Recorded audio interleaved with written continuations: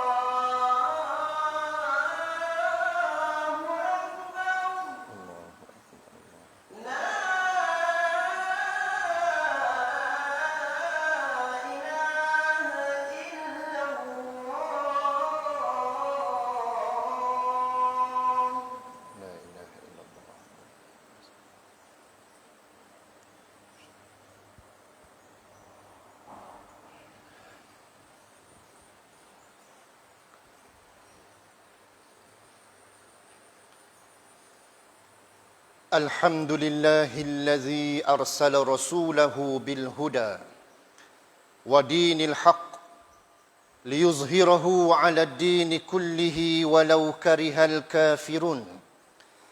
أشهد أن لا إله إلا الله وحده لا شريك له وأشهد أن محمدا عبده ورسوله.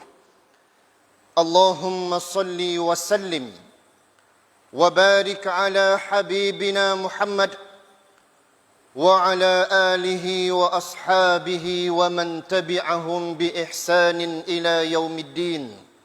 أما بعد، فيا عباد الله، أوصيكم وإياي بتقوى الله وطاعته، فقد فاز المتقون. وتزودوا فإن خير الزاد التقوى، واتقوا الله يا أولي الألباب لعلكم تفلحون.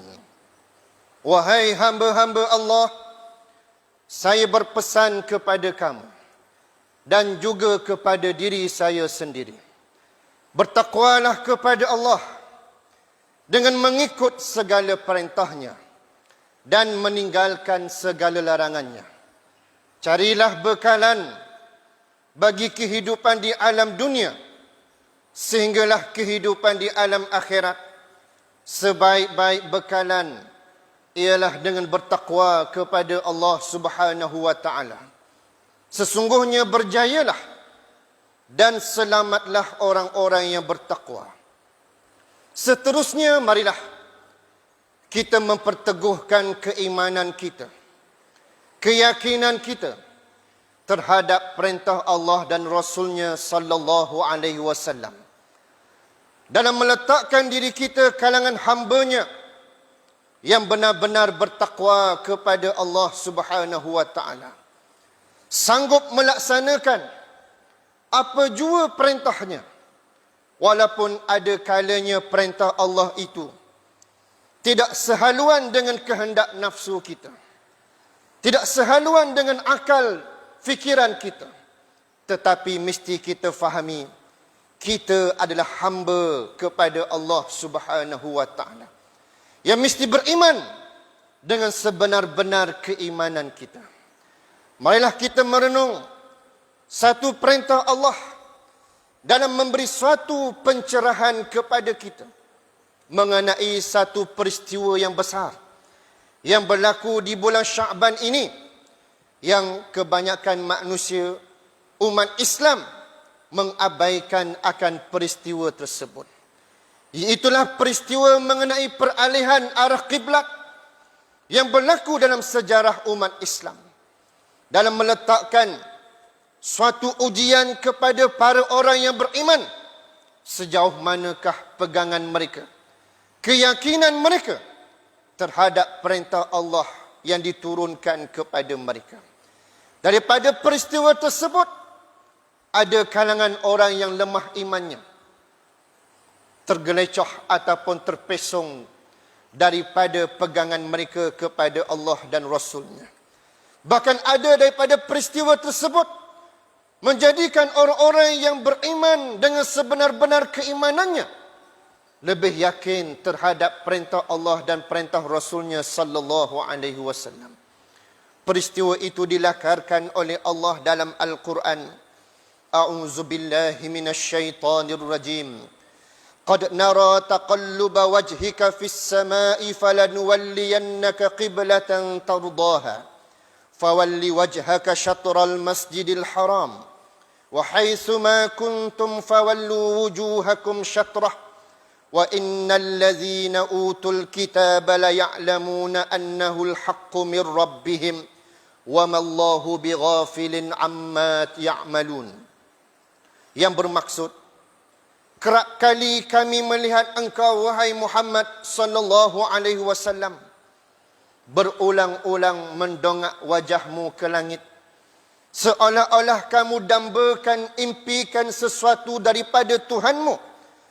Maka dengan itu kami benarkan apa yang diimpikan kamu itu, iaitulah berpalingnya wajahmu ataupun tawajuh kamu daripada Masjidil Aqsa ke Masjidil Haram, bumi Mekah, bumi yang engkau sukai itu. Oleh itu palingkanlah mukamu ke arah Masjidil Haram, tempat letaknya Kaabah, dan di mana saja kamu berada, maka hadapkanlah mukamu ke arahnya.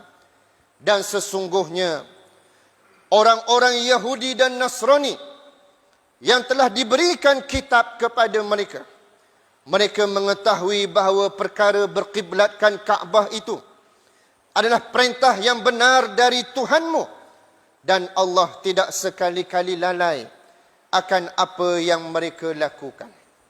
Surah Al-Baqarah ayat 144.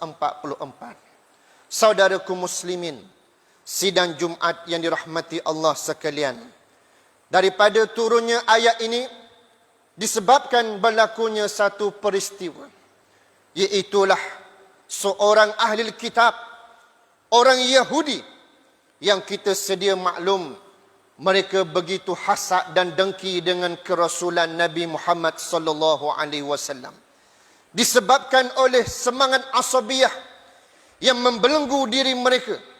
Lalu mereka tidak mengiktiraf kerasulan Nabi Muhammad sallallahu alaihi wasallam, sehingga mereka mencari jalan bagaimana untuk menghilangkan keyakinan orang-orang Arab khususnya, dan mereka yang lain amnya, untuk beriman dengan ajaran Nabi sallallahu alaihi wasallam. Termasuklah mereka juga berusaha untuk mempengaruhi Nabi sallallahu alaihi wasallam supaya menyimpang daripada tanggungjawab kenabian baginda itu. Huyai bin Akhtab datang bertemu dengan Nabi SAW dengan menyatakan kedudukan kiblat umat Islam pada suatu ketika itu. Semuanya bertawajuh kepada Masjidil Aqsa, Baitul Maqdis, yang merupakan kiblat pertama umat Islam. Namun Huyai telah menyatakan, wahai Muhammad, kiblat kami dan kiblat kamu adalah satu. Namun marilah kita sama-sama beriman dengan menyatakan ajaran dan seruan kami dan ajaran seruan kamu adalah sama, untuk sama-sama kita laksanakan. Dan apa yang diutarakan oleh Huyai bin Akhtab itu menjadi satu kerisauan dan kebimbangan kepada Nabi SAW, supaya tidak berlakunya kecelaruan, tidak berlakunya keraguan terhadap mereka yang ingin beriman kepada syariat yang dibawa oleh Nabi SAW. Sedangkan orang-orang ahli kitab, mereka itu menyeru kepada kebatilan, ketaksuban mereka dengan agama Yahudi yang mereka tegakkan itu. Yang sepatutnya mereka beriman kepada ajaran Islam yang dibawa oleh Nabi SAW. Rentetan daripada itu, Rasulullah kerap menghadap muka baginda ke arah langit, seolah-olah memerlukan bimbingan Allah, wahyu Allah, untuk memberi satu kata putus dan juga pencerahan di atas apa yang dibimbangkan oleh Nabi SAW. Lalu turunlah ayat yang dibacakan pada mukaddimah tadi, dalam memberi satu keputusan Allah di atas perintah Allah, bahawa kedudukan para hamba-hambanya mestilah berkiblatkan kepada Kaabah Masjidil Haram, dalam membina satu kesatuan dan keselarasan. Tidak kira siapakah mereka itu, sama ada bangsa Arab, Yahudi, Nasara dan sesiapa sahaja, untuk mereka mengabdikan diri kepada Allah Subhanahu wa taala, agar berlakunya satu kesatuan umat, berlakunya satu tawajuh ataupun penghadapan diri seorang hamba itu hanyalah kepada kiblat yang satu, tidak kepada kiblat yang lain, iaitulah dengan meletakkan pengabdian hanya kepada Allah Subhanahu wa taala. Inilah yang menjadi satu syiar kepada kita semua yang berlakunya peristiwa ini di bulan Sya'ban. Ada riwayat mengatakan berlakunya turunnya ayat ini pada tanggal 17 Sya'ban. Ada yang mengatakan berlakunya pada tanggal 15 Sya'ban. Rentetan daripada itulah bagaimana Allah menguji kalangan orang-orang yang beriman apabila turunnya wahyu ini. Ketika itu Nabi bersama para sahabat sedang mendirikan solat. Ada riwayat mengatakan didirikan solat asar, ada yang mengatakan didirikan solat zuhur, ada yang mengatakan sedang mendirikan solat isya. Dalam rakaat yang kedua itulah turunnya wahyu dalam memerintahkan supaya beralihnya arah kiblat daripada Masjidil Aqsa ke Masjidil Haram. Namun bagaimana sikap para sahabat, orang-orang yang beriman kepada Allah dan Rasulnya, apabila perintah Allah diturunkan pada saat itu, mereka tidak mempertikaikan dan meragui akan perintah Allah Subhanahu wa taala. Lalu mereka menurut apa yang dilakukan oleh Nabi SAW dan mereka mentaati akan perintah tersebut tanpa ada keraguan, sehinggalah menjadikan suatu kekuatan untuk Allah Subhanahu wa taala dalam melihat mereka itu bagaimana keimanan mereka sebenar-benar keimanan kepada Allah Subhanahu wa taala. Bahkan ada di kalangan mereka yang lemah iman, mereka mempersoalkan akan perbuatan tersebut sehingga menjadikan fitnah di antara yang wujud dalam hati-hati mereka yang lemah iman itu. Maka inilah gambaran bagaimana generasi awal umat Islam, mereka itu benar-benar mentaati perintah Allah tanpa ada keraguan dalam jiwa mereka, tanpa ada keraguan dan sanubari mereka. Mereka melakukan ketaatan itu semata-mata mencari keredaan Allah dan Rasulnya. Itulah diri umat yang begitu hebat, sehingga mereka dengan berbekalkan iman dan takwa itu, walaupun jumlah mereka sedikit pada saat itu, mereka mampu membina kekuatan dan rangkaian umat yang bersatu padu, yang hebat, sehingga mereka menggurungkan kuasa-kuasa besar dunia, termasuklah Rom dan Parsi, yang begitu angkuh dan sombong pada saat itu, mendabik dada dengan kebatilan yang mereka tegakkan itu, namun dengan berbekalkan keimanan dan ketakwaan oleh para generasi awal umat Islam, lalu mereka mampu menundukkan keegoan dan kesombongan dua kuasa besar tersebut. Sebab itulah Allah memuji kalangan mereka generasi awal umat Islam, sebagaimana yang termaktub pada ayat 143 surah Al-Baqarah, wa kadzalika ja'alnakum ummatan wasatan litakunu syuhada'a 'alan nas wa yakuna ar-rasulu 'alaikum syahida. Dan demikianlah kami jadikan kamu, wahai umat Muhammad sallallahu alaihi wasallam, sebagai umat pertengahan, iaitulah umat yang memiliki ciri-ciri keadilan, mentaati akan perintah Allah dan Rasulnya, sehingga menjadi persaksian mereka yang melihatnya, melihat hebatnya jati diri umat Islam, hebatnya jati diri mereka orang-orang yang beriman, sehingga mereka mampu menjadi contoh dan tauladan, sehingga menjadi Islam itu tertegak dengan sehebat-hebat kedudukannya. Sehingga Rasulullah menjadikan saksi dan memberi syafaat di atas perbuatan dan tindakan mereka yang mampu melakukan gerak kerja tersebut. Walaupun ayat ini menceritakan perihal mereka generasi awal umat Islam, kita mengambil kaedah para ulama menyatakan al-ibratu bi umumil lafzi la bi khususis sabab. Iktibar dan pengajaran diambil daripada lafaz yang umum, bukan sebab yang khusus. Walaupun sebabnya khusus menceritakan perihal mereka, tetapi pengajarannya umum kepada kita yang ada pada zaman mutaakhir ini, yang bergelar umat Muhammad sallallahu alaihi wasallam, yang juga bertanggungjawab meneruskan tanggungjawab sebagaimana generasi awal umat Islam dalam meletakkan al-Islamu ya'lu wa la yu'la alaih. Islam itu mesti berada di atas, tidak boleh berada di bawah. Mana mungkin kejayaan meletakkan Islam itu di atas tanpa ada nilai kesatuan umat Islam, tanpa ada nilai kedudukan umat Islam itu umpama satu saf yang kukuh, yang hebat, sebagaimana yang digambarkan Allah dalam surah As-Saff, Inna Allaha yuhibbul ladzina yuqatiluna fi sabilihi saffa ka'annahum bunyanun marsus.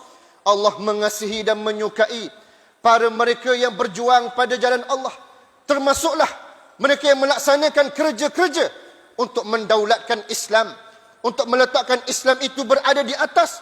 Sudah pasti mereka mesti bergerak dan berjuang pada kedudukan satu saf, iaitulah mereka satu keadaan bersatu padu.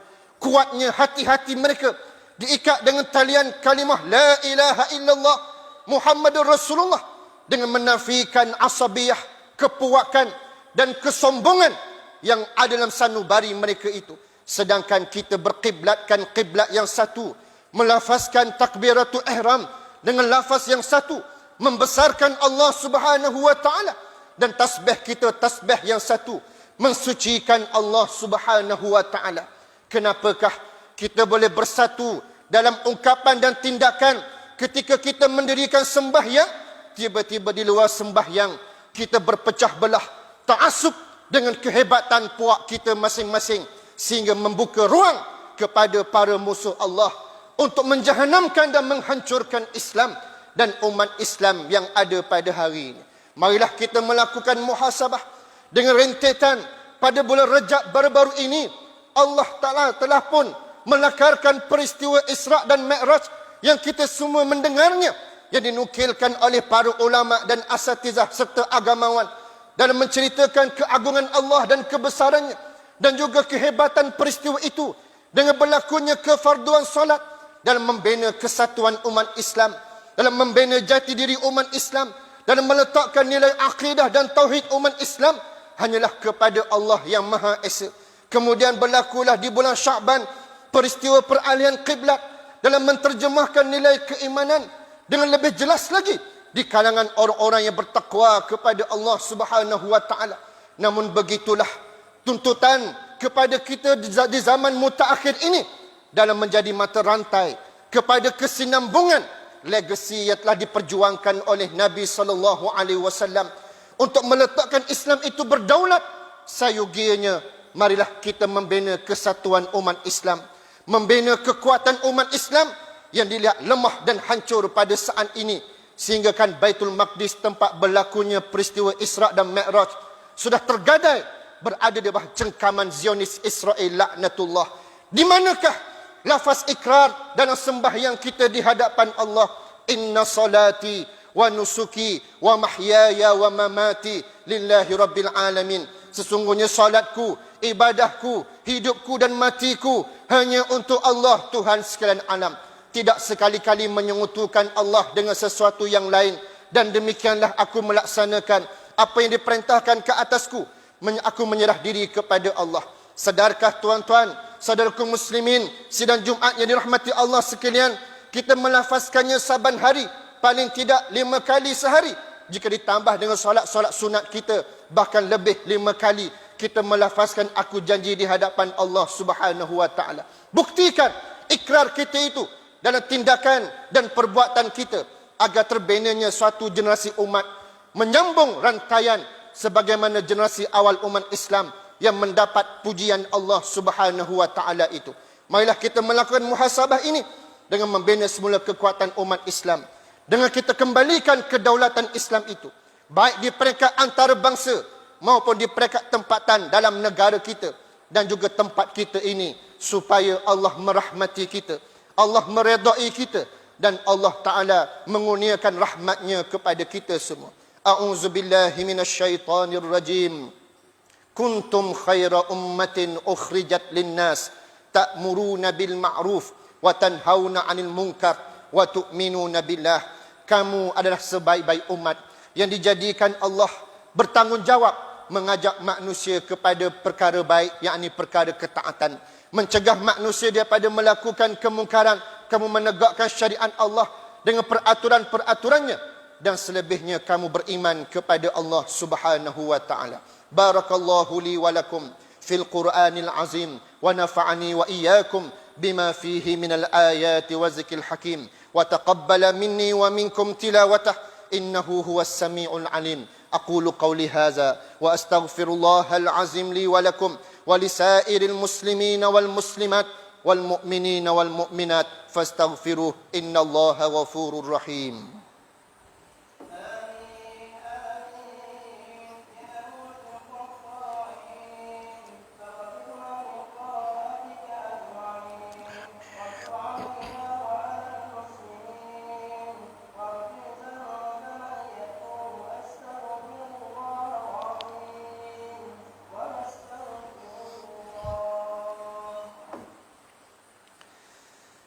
الحمد لله الذي أنعم علينا بنعمة الإسلام وفضلنا على كثير من الأمم. أشهد أن لا إله إلا الله وحده لا شريك له وأشهد أن محمدا عبده ورسوله. اللهم صل وسلم وبارك على حبيبنا محمد وعلى آله وأصحابه ومن تبعهم بإحسان إلى يوم الدين. أما بعد. يا أيها الذين آمنوا اتقوا الله حق تقاته ولا تموتن إلا وأنتم مسلمون.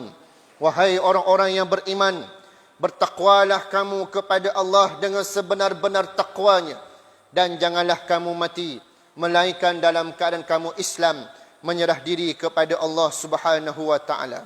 Marilah pada hari ini, Sayyidul Ayyam, penghulu segala hari, kita melakukan muhasabah dan muraqabah diri kita terhadap sejauh manakah penghayatan iman dan Islam kita ini dalam menterjemahkan perkara ketaatan yang diperintahkan Allah kepada kita semua.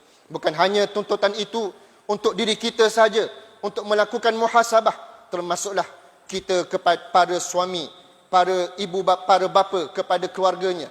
Maka hendaklah juga menilik bagaimana isteri mereka, bagaimana anak-anak mereka, dan juga jiran tetangga mereka. Di manakah perkara ketaatan itu, adakah tersemat ataupun dihayati dalam sanubari mereka masing-masing. Jika perkara itu belum berlaku sebaiknya, maka tanggungjawab kepada kita semua sebagai seorang ayah, sebagai seorang suami, sebagai seorang abang, sebagai seorang ketua keluarga kepada anak-anak dan juga di bawahnya itu, untuk sama-sama membina kekuatan keluarga Islam yang bertakwa kepada Allah Subhanahu wa taala, agar terbinanya rangkaian umat Islam yang hebat, memenuhi apa yang dipuji oleh Allah dalam Al-Quran yang kita bacakan sebentar tadi. Marilah sama-sama kita menyahut perintah Allah Subhanahu wa taala di atas mengenang jasa besar, pengorbanan besar yang dilakukan oleh Rasulullah sallallahu alaihi wasallam sehingga Islam sampai kepada kita saat ini. Marilah kita menyahut perintah Allah. Innallaha wa malaikatahu yusalluna 'alan nabi. Ya ayyuhallazina amanu sallu 'alaihi wa sallimu taslima. Sesungguhnya Allah dan para malaikat berselawat ke atas Nabi. Wahai orang-orang yang beriman, berselawat dan mengucap salamlah kamu ke atasnya dengan sesungguh-sungguhnya. Sabda Nabi sallallahu alaihi wasallam, "Man shalla alayya marrah, sallallahu alaihi biha asyra." Barang siapa yang berselawat ke atasku dengan satu selawat, nescaya Allah akan berselawat ke atasnya dengan 10 selawat. Allahumma salli ala Muhammad wa ala ali Muhammad kama sallaita ala Ibrahim wa ala ali Ibrahim wa barik ala Muhammad wa ala ali Muhammad kama barakta ala Ibrahim wa ala ali Ibrahim fil alamin innaka Hamidum Majid. Allahumma ighfir lil mu'minina wal mu'minat wal muslimina wal muslimat wal muallimina wal muallimat al ahya'i minhum wal amwat birahmatika ya arhamar rahimin. Allahumma ihdina siratal mustaqim siratal ladzina an'amta 'alaihim minan nabiyyin was siddiqin was syuhada'i was salihin wa hasuna ulaika rafiqa. Allahumma inna na'udzu bika min munkaratil akhlaq wal a'mal wal ahwa wal adwa. Allahumma kshif 'anna al bala wal waba wal ghala wal munkari wal fahsya ma zahara minha wa ma batan. Allahumma inna na'udzu bika minal barasi wal jununi wal juzami wa min sayyi'il asqam. Allahumma ihfaz maulana al-wasiq billah as-sultan Mizan Zainal Abidin ibn al-marhum as-sultan Mahmud al-muktafi billahi syah wa anzilir rahmata alaihi wa ala sultanah Nur Zahirah sultanah Terengganu wahfaz awladahu wa ahlahu wa ra'ayahu minal muslimina wal muslimat wal mu'minina wal mu'minat birahmatika ya arhamar rahimin. Allahumma ihfaz waliyal ahdi Tengku Muhammad Ismail ibn al-wasiq billah as-sultan Mizan Zainal Abidin. Allahumma rabbana zalamna anfusana wa illam taghfir lana wa tarhamna lanakunanna minal khasirin. Allahumma a'izzal islam wal muslimin wad du'ata wal mujahidin wal mazlumin wal mustad'afin. Allahumma ansurhum fi Gazzah, Allahumma ansurhum fi Suriah, Allahumma ansurhum fi Sudan wa fil Yaman wa fi Arakan wa fil ardil Islam fi kulli makan. Allahumma ansur man nasara ad-din allazina iqamatud din wa siyasatud dunya bih. Rabbana zalamna anfusana wa illam taghfir lana wa tarhamna lanakunanna minal khasirin. Rabbana taqabbal minna du'aana wa a'malana innaka antas sami'ul alim wa tub 'alaina innaka antat tawwabur rahim. Da'wahum fiha subhanakallahumma wa tahiyyatuhum fiha salam wa akhiru da'wana anil hamdulillahi rabbil alamin. Qumu ila salatikum.